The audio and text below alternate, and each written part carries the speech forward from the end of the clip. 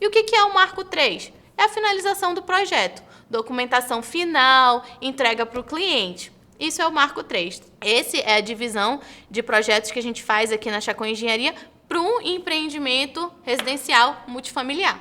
E como, Cecília, que vocês criaram esse gráfico?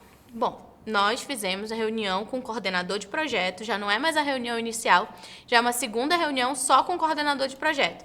Nessa reunião, a gente entende como é o processo de compatibilização de projeto que o nosso cliente já usa. A gente vai entendendo uma por uma das trocas de informação, só que a gente vai ter que imputar a nossa experiência de BIM Manager nesse processo aí. Porque quando a gente começa a modelar, alguns ajustes têm que ser feitos. Por exemplo, vou dar um exemplo prático.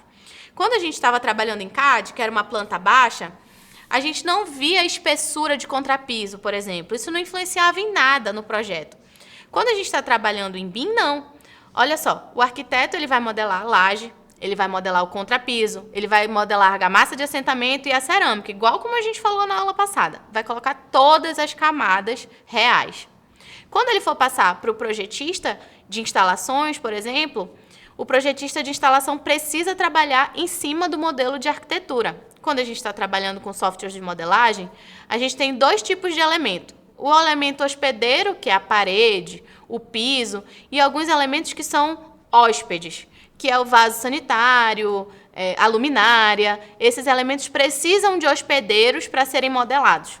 Então, quando o projetista de instalações vai começar o trabalho dele, ele vai colocar ali uma caixa sifonada. O que é uma caixa sifonada? Como se fosse um ralo. Não é um ralo, mas é como se fosse. Então, ele coloca o ralo alinhado com o piso acabado. Ele vai colocar a caixa sifonada alinhadinha com o piso acabado. Imagina que o arquiteto vai lá e troca essa espessura de contrapiso. Pronto. O projetista de instalação vai ter que refazer toda a modelagem dele. Ele não vai precisar refazer os cálculos, os dimensionamentos. Isso não, mas toda a modelagem que ele tinha feito, ele vai precisar refazer.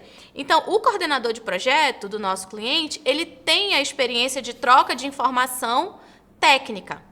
Por exemplo, para fazer um tanque de retenção, eu preciso que o projetista de instalação dimensione esse tanque de retenção, eu vou mandar para o estrutural vai fazer o projeto do tanque e da fundação e assim por diante. Essa experiência o coordenador de projeto tem. A experiência de modelagem ele não tem. Então, a experiência de modelagem é do BIM Manager. E a gente precisa juntar essas duas experiências para formar um gráfico de troca de informação que seja razoável, que a gente não vá ter um monte de retrabalho lá na frente. Esse mesmo que a gente criou, eu posso dar um exemplo para vocês. Por que a gente tem uma interação muito grande entre o arquiteto e o projetista de terraplanagem para eles acertarem esses níveis 100% antes de mandar para instalações? Porque toda vez que eu mudo nível, eu tenho que refazer o projeto de rede de esgoto, rede de drenagem. Então, eu não posso ter um projetista que está trabalhando aqui e mudando as informações que servem como base para o outro na modelagem. Precisa dessa interação entre o coordenador de projeto e você, o gerente BIM. Por isso, é tão importante que todos os projetistas comecem a sua modelagem sabendo os usos BIM, que a gente conversou na última aula.